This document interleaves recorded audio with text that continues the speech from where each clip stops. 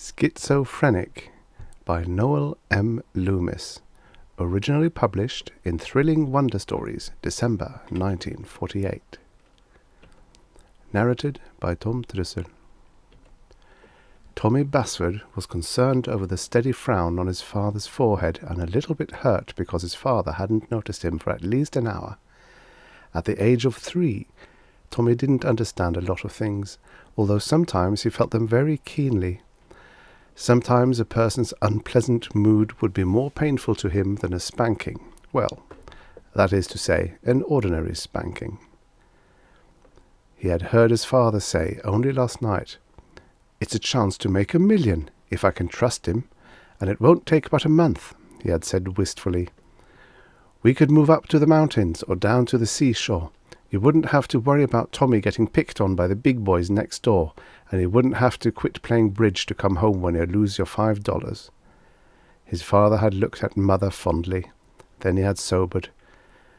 "The only thing is, if Pickens isn't on the level, then we can lose what little business we have just as fast." Tommy thought maybe he could help his father.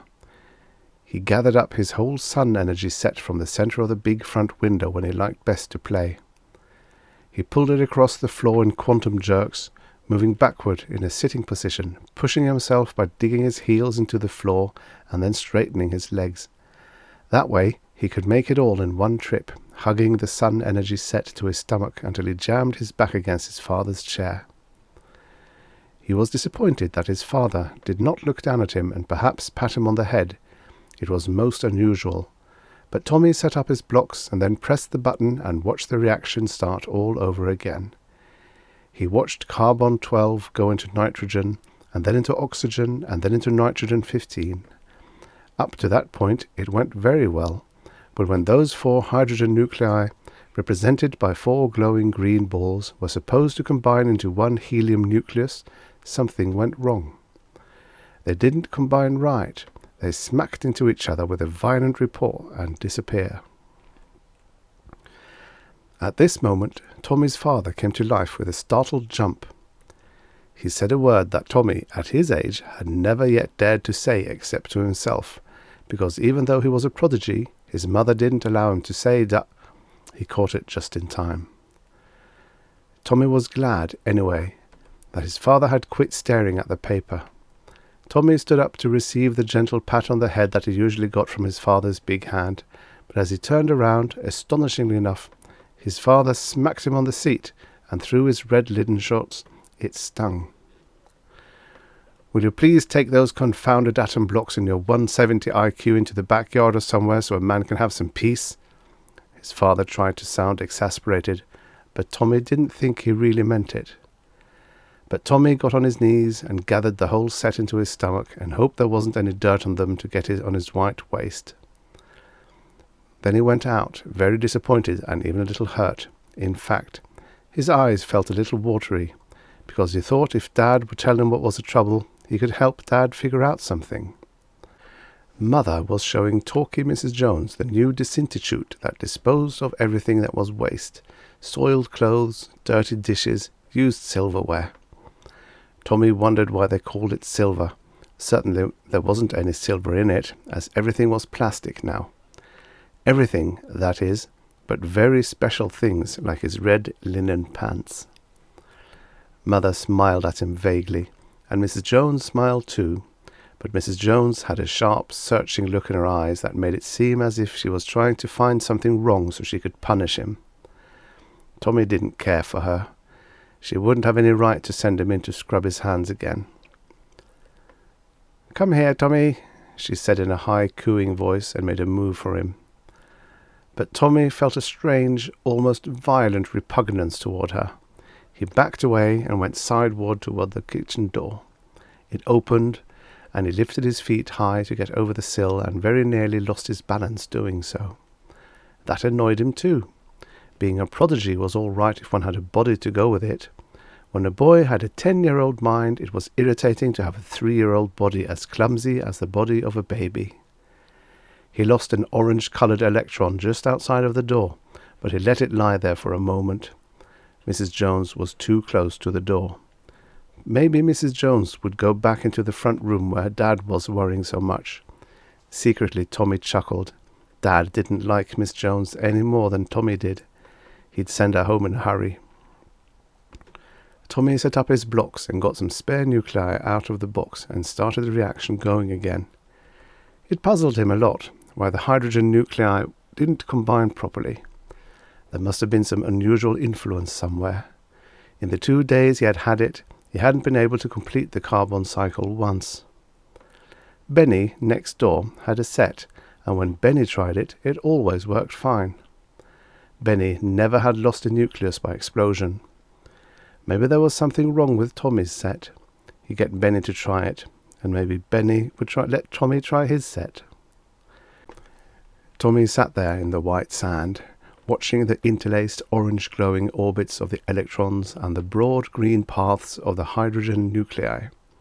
The sun was warm on Tommie's back, and the Baltimore orioles were singing in the elm tree almost over his head. Across the high electronic fence he could hear the bigger boys playing ball in Benny's yard. Suddenly the 4 hydrogen nuclei, flashing at half-light speed in their 4 orbits, went together and disappeared in the usual green flash with a customary loud report. Tommie was thankful the explosion didn't sound as loud out in the yard as it had in front room under Dad's chair, although secretly Tommie liked it better in the house because of that very fact. The only thing was that Dad wasn't in a very good mood today. Tommie watched the orioles sweeping around the treetop, and the Papa Oriole's orange plumage, flashing in the sunlight, reminded him of the orbit of an electron. Then he remembered that he had dropped an electron just outside the kitchen door. He got up laboriously. He was so solid his legs had a hard time holding him up sometimes. He went to the door and leaned over to pick up the electron. He heard the swish of the door as it opened, and then the high cooing of Mrs. Jones's voice as she bore down on him. "Oh, that dear little boy! I simply must squeeze him!" Tommie stood up suddenly, so suddenly he lost his balance and sat down on the grass. Mrs. Jones reached for him, and that strange feeling of repugnance he had for her grew so powerful that it almost smothered him. He squirmed to get away from her, but he was trapped. She touched him, and his body quit squirming because Mother wouldn't like it. But in his mind he writhed. It almost seemed that he could tear himself away from his body. Then he did. Just how, he didn't know, but suddenly he was standing a couple of feet to one side, watching Mrs. Jones holding the arms of his first body. He looked down at himself. Yes, he was in a body too. He was wearing red linen pants. This body didn't seem quite as solid as his first, but solid enough. He looked up at Mrs. Jones triumphantly. He was surprised to see her drawing back with her mouth open like the hole in the disinterested. Her eyes were sticking out and her eyebrows were almost up to her hair. "Oh, he split!" she shrieked. He's got 2 bodies!" Tommie was very amused at her antics. He looked over and smiled at his mother, but she too was staring at him with something like horror. Then Mrs. Jones did something Tommie couldn't understand. She went to his mother and put her arms around her and cried and said, "Oh, my dear, I'm so sorry for you. I didn't know you had this burden. All of us have our crosses to bear. The atomic age has left such dreadful marks on civilization. But, oh, my dear—" She let out a hearty bawl, and Tommie quit being amused and began to be very disgusted. She looked at him from under one arm, half afraid, he thought, and then she turned back to Tommie's mother. "My dear, a schizo. Schizophrenic," said Tommie number 1 helpfully. "Split personality," Mrs. Jones sputtered. "But physically, oh, my Tommie's mother was disengaging herself.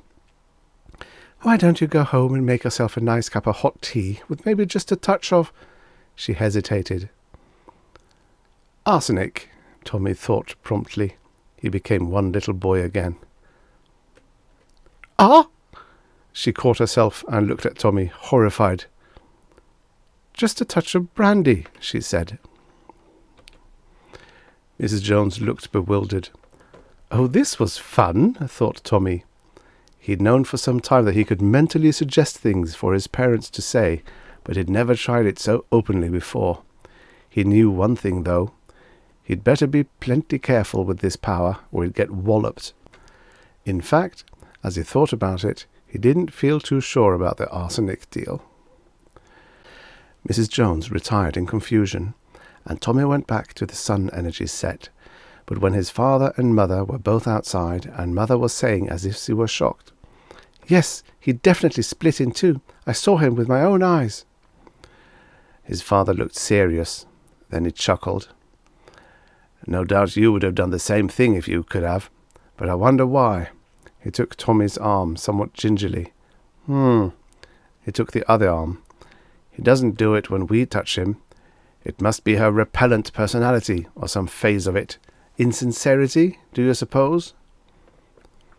Tommie himself guessed that was it. Mrs. Jones never said what she meant, and never meant what she said. That was what made Tommie writhe. His mother and father talked it over, and in the end they didn't seem too worried about him. "We'll see," said his father, "what develops." Then his father began to walk around the yard, stretching and sunning like an orange aureole. He finally sat down in the lawn chair, and Tommie's mother sat beside him, and that worried look came back on his father's face. "I wish I knew what to say," he murmured absently. "It might be the chance of a lifetime. The man claims he's got a tube that will make it possible to send television around the earth. It's worth a lot of millions if it works." "Can't you test it?" Dad shook his head. "It would take 25,000 to test it. We'd need a lot of equipment, and you can't take it to any of the big manufacturers because you'd lose it fast as if they discovered it would work. That's where the gamble comes in. I'd have to back it, sight unseen." "There are lots of gyp artists going around," his mother suggested. "Yes, but darn it, Gwyn, once in a while there's a real thing drops in your lap too. Remember Clarence Fisher? He ran into the same kind of deal. A naive fellow from the country somewhere had a new idea for automatic heat control in an electric circuit that did away with contacts. Something brand new. Clarence took a chance, and look at him now. Winters in Florida, summers in Acapulco. No worries about anything. Gosh." Tommie thought he'd rather live in the mountains where he could smell the pine trees. "Can't you check up on Mr. Franklin?" "I've checked. Not really much background. Claims he's been roaming a lot. Could be, too. The whole deal is, I guess, we've got a good little business making ordinary television tubes, and it's a question whether we want to be sure of a decent living or take a chance on a fortune." "Maybe it's better to be safe," said Tommie's mother. Well, Tommie had never seen Dad squirm before, but certainly he was squirming now, mentally that is. Tommie felt sorry for him, but he went ahead making a solar system in the sand because he wanted to hear more. He felt sure he could help Dad if he could find out more about it. "The worst of it is," his dad went on, "if our competitor should get hold of a tube like this, it might even put us out of business." His mother sighed. "It's a problem," she remarked sadly. It sure is. It all adds up to this. I have nothing against him, although he's not very solid from a standpoint of background. It could be the real thing. Clarence Fisher's was. Maybe I'm just too conservative, too scared." "You've checked the blueprints?" "Yes, and I can't find anything wrong. It looks sound. That's the worst of it." "When do you have to let him know?" "He's coming here at 8 o'clock tonight." Tommie's mother got up from the grass. "Do what you think best, Howard." She went inside. Little Tommie was glad the man was coming at 8 o'clock, so he could be in on it. He didn't have to go to bed until 8:30, and maybe if they got interested he could get by until 9 o'clock by keeping quiet. He got up and went to his dad's chair, but Dad didn't notice him. Dad got up and followed his mother into the house. Tommie went back to gather up his toys. It would soon be time for the sun to go down anyway. He took the sun energy set in his arms, and then he had an idea. He went through the back and over to Benny's. Benny was 4. "Will you try my set and let me try yours?" asked Tommie. Benny looked down from his half a head of tallness. "I guess so." They traded. Benny started up the cycle in Tommie's set. When he was halfway through, Tommie sat down and started Benny's set, but he watched as the 4 hydrogen nuclei of his own set went together and formed a glowing blue helium nucleus. Then he watched Benny's set between his chubby legs. Presently the hydrogen nuclei, swirling in their orbits, ran together, and there was a flash of green light and an explosion. The 4 nuclei disappeared. Tommie felt bad. Benny was indignant. "What's the big idea, making them explode?" he demanded. Tommie didn't understand. "You must have some kind of electricity in you," said Benny, "that makes them explode." Tommie thought about that. Yes, there must be something about him. Maybe the same strange force that enabled him to suggest words to his mother, and that had made it possible this afternoon for him to split. Maybe that did something to the delicately balanced nuclei. "Look," said Tommie, "I owe you 4 hydrogens, but I can't pay now because then I won't have any left. I'll pay you tomorrow. Is that okay?" Benny was dubious at first, but he thought about it and decided that would be all right. Tommie went back home with plenty to think about, so much, in fact, that through dinner he was quite silent as his father and mother worried about Mr. Franklin and his new television tube. Mr. Franklin came promptly at 8, and they all went into the front room as soon as Mother threw the dishes down the chute. Then they had coffee, and Tommie began to worry. Nobody said anything about business for a long time. Tommie went and got his sun energy set and settled himself under the arm of his dad's chair. Then he looked up expectantly for a pat on the head, but instead of that, his father was staring at him. Tommie remembered how the hydrogen nuclei had misbehaved, so he got to his feet again and went for his chlorophyll kit. He set that up and turned on the little artificial sun, and then just watched. It was fun to see the sunlight soak into the green liquid in the test tubes and come out at the bottom as bubbles of carbon dioxide. It was quiet, too. "So you think," his father was saying, "that we should have 50,000 to start with?" "We should have about 25 cash and 25 in reserve," Mr. Franklin said. He was a very handsome man. "How long will it take us to get into production?" "That all depends on you," said Mr. Franklin. "The only thing we have to worry about is getting the germanium. That stuff is scarce, but I think if we take the cash, I know where we can lay hands on a couple of £100. It will take about 10,000 to swing that end of the deal." Just about then, Tommie felt his father was beginning to squirm. "What do you think?" he asked Tommie's mother. She shook her head. "You're the businessman, Howard. That is for you to decide." Mr. Franklin laughed pleasantly. "That is a very wise observation, madam. Too many women try to run their husbands' affairs. I say you are very wise." But Tommie felt something else. His mother was troubled too. Tommie slowed the chlorophyll cycle so he could watch the light reflect from the nitrogen molecules at the bottom. He wondered why his mother was troubled. Tommie frowned. Then Mr. Franklin took some papers from an inside coat pocket. "I have the contract, the way your attorney approved it," he said casually. "We might as well get that part of it settled. You don't need to put up any money till tomorrow." He laughed, and Tommie's ears pricked up. That laugh sounded strange. "I'll take you on faith," Mr. Franklin said, and handed the papers to his father. Mr. Basford frowned and began to read. Tommie got up and stood against one knee. There were a lot of typewritten pages, mostly with whereases and parties of the second part. Tommie squeezed close, looking at Mr. Franklin, but his father didn't put his arms around him. "Go away, Tommie, go play," he said. Tommie was hurt. He stared at Mr. Franklin, and he was puzzled at the strange look in Mr. Franklin's eyes as Mr. Franklin stared at him. Presently, Tommy's father looked up. "I guess that's it," he said. Mr. Franklin was already handing him a pen. It was one of those new eternity pens with a built-in radiant light. Tommy edged closer. His father took it. He laid the papers on the writing arm of the chair and poised the pen for an instant, made a flourish in the air, and started to write. Tommy was bending over to watch the little light. His dad stared at him in that contemplative way and said, "You're jiggling me, Tommy. Why don't you go over and sit on Mr. Franklin's lap while I sign the papers?" Tommy didn't want to sit on Mr. Franklin's lap, but from the look in his dad's eyes he knew it was a command. He turned around. Mr. Franklin was reaching for him.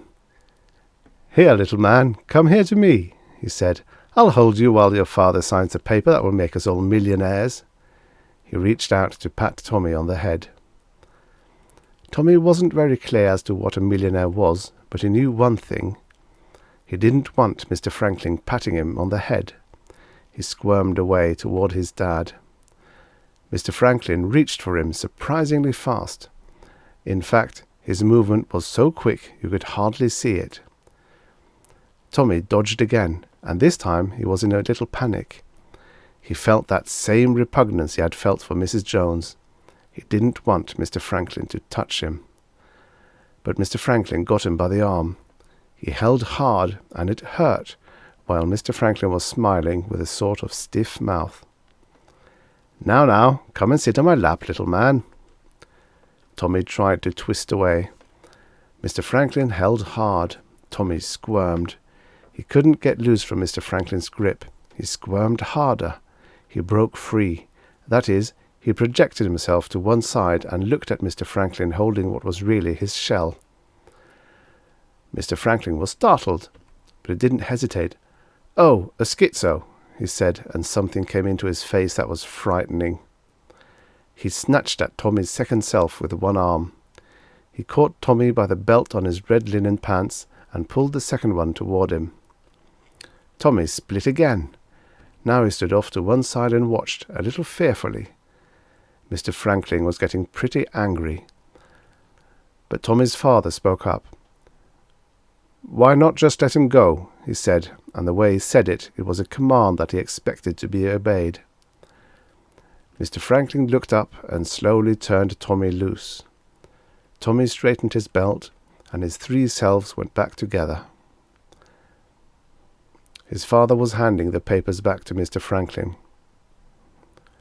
"I've changed my mind," he said. "I'll take a chance on being a small businessman." It was rather unpleasant for a few minutes, but Mr. Franklin left with his papers in his pockets. Tommy's father was sitting back in the big chair with a half-smile on his face. "So a phony makes Tommy split, eh?" he chuckled. "Tommy's right. Not that I would blame any man for not particularly caring for children. That's a man's privilege. But I didn't like that ugly gleam in Franklin's eyes when he thought Tommy was going to interfere." Tommy was pretty much unstrung. He sat down under the arm of his father's chair and pressed the button that started the carbon cycle. "I'm glad we found out in time, Howard," said his mother. "But what about Tommy?" She sounded worried. "Do you think—" "It's probably nothing serious, and probably nothing that we can do anything about. If he wants to split when unnice people come around, that's his business. Anyway, he'll probably outgrow it in a few years. Most of them do." Tommy watched the 4 hydrogen nuclei go together, and instinctively he drew back for the explosion. But there wasn't any. The 4 went together into a blue ball that meant a helium nucleus. Tommy clapped his hands. They had worked right this time. Maybe his body energy had been drained by the double split until it didn't affect them anymore. Tommy's mother looked at him softly. Tommy looked back softly. Then he sidled up against his father's leg. His father reached down and caught him around the chest and squeezed him hard. It made Tommy very happy. "Dad," he said, What's a phony?